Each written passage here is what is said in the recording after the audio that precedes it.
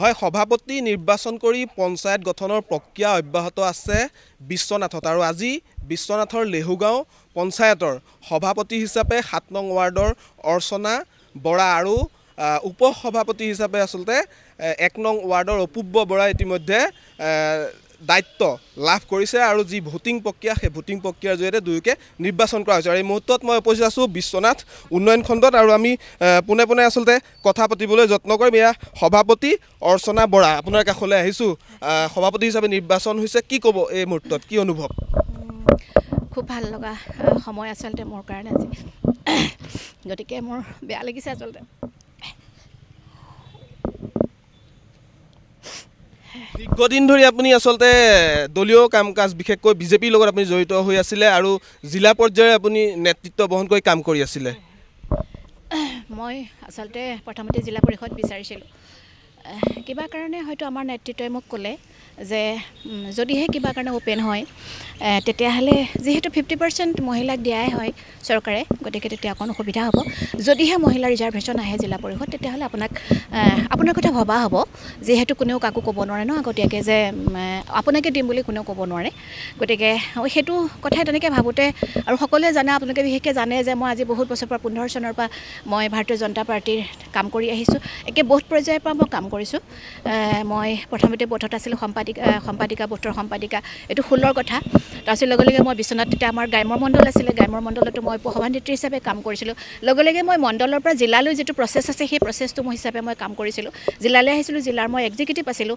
জিলাৰ এক্সিকিউটিভৰ পাছত মই জিলাৰ সম্পাদিকা, মই দুটা সময় মোৰ দিগন্ত খাটৰ ডাঙৰীয়াৰ সভাপতিত্বত মই দ্বিতীয় সময় মই ছেক্ৰেটাৰী আছিলোঁ। তাৰপিছত মই পংকজ বৰা ডাঙৰীয়াকো পাইছিলোঁ জিলাৰ সভাপতি হিচাপে। তাৰপিছত বৰ্তমান মই তাৰ মাজতে মই 12টা মণ্ডলৰ, এটা মণ্ডলৰ হেলেম মণ্ডলৰ মই প্ৰভাৰীও আছিলোঁ। তাৰপিছত বিশ্বনাথ তেতিয়া দুটা মণ্ডল আছিলে, টাউন মণ্ডল আৰু গ্ৰাম্য মণ্ডল, এটা মণ্ডলৰ মই প্ৰভাৰী আছিলোঁ। তাৰপিছত মই জিলাৰ বৰ্তমান মই উপসভানেত্ৰী হিচাপে অসীম দাস ডাঙৰীয়াৰ নেতৃত্বত মই কাম কৰি আছোঁ। আৰু আপোনালোকে হয়তো মোক সভাই সমিতিত দেখিয়ে থাকে, মোৰ দায়িত্বটো সঁচাকৈ বহুত গধুৰ। তাৰোপৰি মই বিভিন্ন অনুষ্ঠানবিলাকত আপোনালোকে মোক পাই থাকে। তাৰ মাজতে মোৰ যিখিনি ৰাজনীতিকৰ যিখিনি মোৰ কাম, সেই কামখিনি মই একেঠাৰে কৰি আহিছোঁ। এতিয়া সভাপতি নিৰ্বাচিত হ'ল, গতিকে ৰাইজৰ যথেষ্ট আশা আছে, পঞ্চায়তৰ উন্নয়নৰ কথা আছে। গতিকে কেনেকুৱা ধৰণৰ কাম বা কি মনত কিবা আশা আছে নেকি, কৰিবলগীয়া কিবা কাম আছে নেকি? মনত মোৰ একো আশা নাই। মই আগতেও ৰাইজৰ মাজলৈ আহিছোঁ আৰু এতিয়াও মই ভাবিছোঁ যে মই ৰাইজৰ মাজতে থাকিম। ৰাইজৰ প্ৰতিনিধি হোৱা ইমান সহজ নহয়। কাম কৰিবলৈ ভাল, কিন্তু ৰাইজৰ এজন হোৱা বহুত টান। গতিকে চাওক, ৰাইজৰ মাজত বহুত অভাৱ থাকে, নহয় জানো? বহুত এজনক আমি কেতিয়াও আমি অভাৱ দূৰ কৰিব নোৱাৰোঁ। গতিকে আমি চাম, মই লেহুগাঁও গাঁও পঞ্চায়তৰ অন্তৰ্গত যিমানবিলাক 17খন গাঁও আৰু 10টা ৱাৰ্ড, সেই 10টা ৱাৰ্ড আৰু 17খন গাঁৱৰ মাজত যিখিনি মোৰ উন্নয়ন কাম হ'ব পাৰে, সামাজিক কাম হ'ব পাৰে, সেইখিনি মই গুৰুত্ব বেছিকৈ দিম।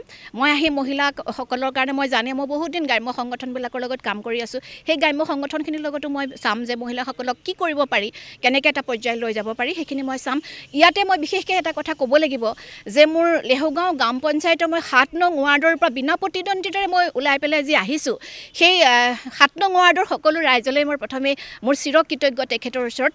আৰু লগতে 7 নং 10টা ৱাৰ্ডৰ এই যে ৱাৰ্ড সদস্যসকল, ৱাৰ্ড কমিশ্যনাৰসকলক, মোতকৈ বহুত সৰু তেওঁলোক, আৰু মোৰ ওপৰত যে তেওঁলোকে ডিপেণ্ড কৰিছে, মোৰ লগত যে ভৰসা কৰিছে, মই যে নিবিচৰাকৈ মই আজি সভানেত্ৰী আসন মই পাইছোঁ, মোৰ কিন্তু খুব ভাল লাগিছে। আজি মই কাকো ক'বলগীয়া হোৱা নাই যে মোক সভানেত্ৰী আসনটো মোক তোমালোকে দিবা বুলি মোক ক'বলগীয়া হোৱা নাই। সেই কথাটোৰ কাৰণে তেখেতসকলৰ ওপৰত সেই 7টা, মোৰ এখেতে 10টা, 9টা ৱাৰ্ডৰ সদস্য, সন্মানীয় সদস্যলৈ মোৰ বহুত বহুত ধন্যবাদ জ্ঞাপন কৰিছোঁ।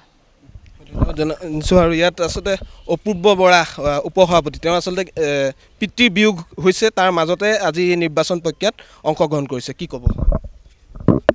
ভাল লাগিছে। চৰকাৰৰ যিটো নিয়ম বা নীতি নিৰ্দেশনা আছে সেইটো মানিবই লাগিব। গতিকে আজি আমাৰ 4 দিন হ'ল, আহিলোঁ।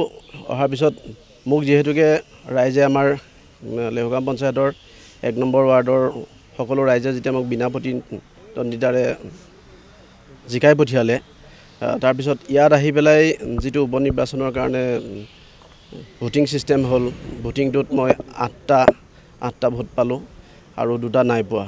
গতিকে মই সেই 2জন ব্যক্তিক মই সেইটো নকৰোঁ যে এওঁলোক আমাৰ সদস্য নহয় বা আমাৰ পৰিয়ালৰ নহয়।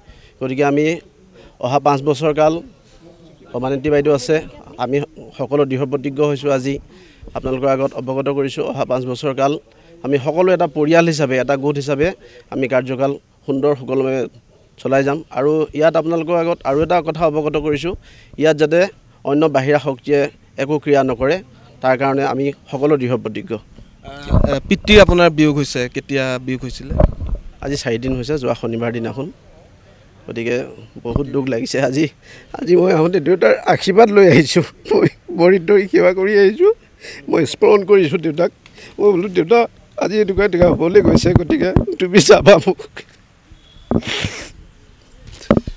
ঠিক আছে আচলতে এয়া হৈছে উপসভাপতি অপূৰ্ব বৰা তেওঁৰ পিতৃৰ বিয়োগ হোৱা আজি 4 দিন হৈছে আৰু তাৰ মাজতে আজি যি এই পঞ্চায়তৰ প্ৰতিনিধি নিৰ্বাচন প্ৰক্ৰিয়া সেই নিৰ্বাচন প্ৰক্ৰিয়াত তেওঁ অংশগ্ৰহণ কৰিছে আৰু এতিয়া দেখিবলৈ পোৱা গৈছে এনেধৰণেই যিসমূহ পঞ্চায়ত আছে বিশ্বনাথ উন্নয়ন খণ্ডই হওক বা বিশ্বনাথ জিলাৰ প্ৰতিটো উন্নয়ন খণ্ডতেই এই যিসমূহ পঞ্চায়ত আছে পঞ্চায়তসমূহৰ যিসকল নিৰ্বাচিত প্ৰতিনিধি তেওঁলোকৰ মাজৰ পৰা সভাপতি বা উপসভাপতি নিৰ্বাচনৰ প্ৰক্ৰিয়া ইতিমধ্যে চলি আছে আৰু আজিৰ দিনটোত যি লেহুগাঁও পঞ্চায়ত সেই লেহুগাঁও পঞ্চায়তৰ সভাপতি হিচাপে অৰ্চনা বৰা আৰু উপসভাপতি হিচাপে ইতিমধ্যে পিতৃহাৰা 4 দিন পূৰ্বে পিতৃক হেৰুৱা অপূৰ্ব বৰাক নিৰ্বাচিত কৰা হৈছে আপুনি বিচৰা বাতৰি পাব কেৱল নিউজ 18 এপত নিউজ 18 এপ ডাউনলোড কৰিবলৈ স্ক্যান কৰক এই QR কোড গুগল প্লে ষ্টৰতো পাব এই নিউজ 18 এপ